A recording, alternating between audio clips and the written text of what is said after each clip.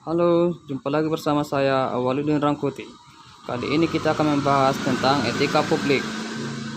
Sebagai pengampu materi, Ibu Nurmayana Siregar SE MSI. Pelayanan publik.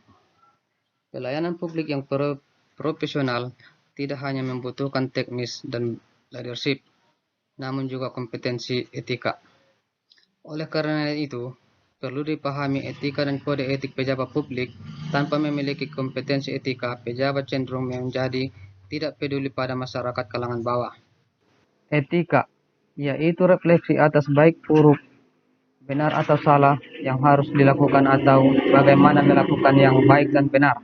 Sedangkan mengacu kepada kewajiban untuk melakukan kewajiban yang baik atau apa yang seharusnya dilakukan, mengarahkan bagaimana nilai-nilai kejujuran, solidaritas, keadilan, kesetaraan, dan dipraktekkan dalam wujud keprihatinan dan kepedulian terhadap masyarakat. Sedangkan kode etik adalah aturan-aturan yang mengatur tingkah laku dalam suatu kelompok khusus. Sudut pandang hanya ditujukan kepada hal-hal berbentuk ketentuan-ketentuan tertulis. 12 kode etik ASN. Yang pertama, melakukan tugas dengan jujur.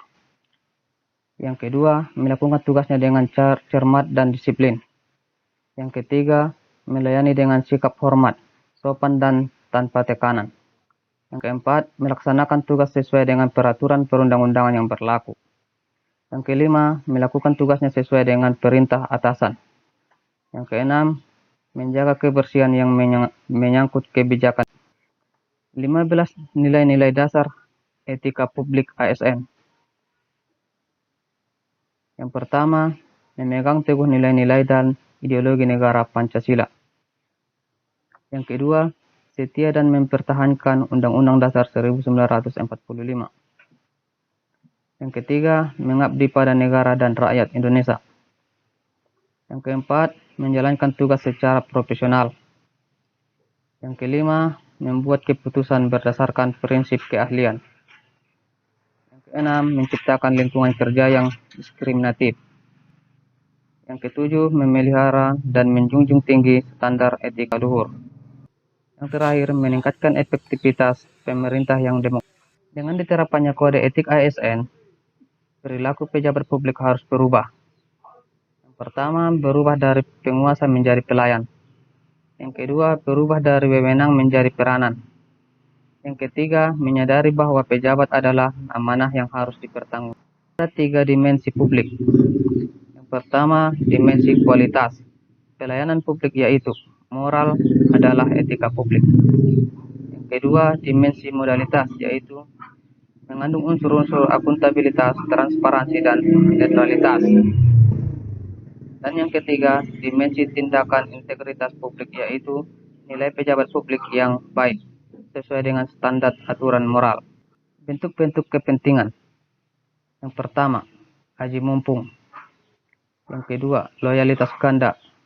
Yang ketiga, menerima atau memberi suap.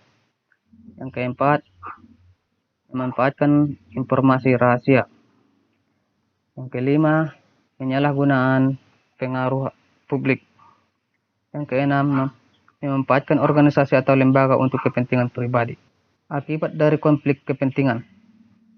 Yang pertama, penyalahgunaan kekuasaan. Yang kedua, pengarahan sumber daya publik yang kurang optimal.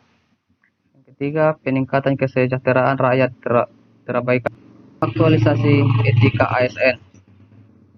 Beberapa kasus di bawah ini yang terkait dengan nilai-nilai etika publik.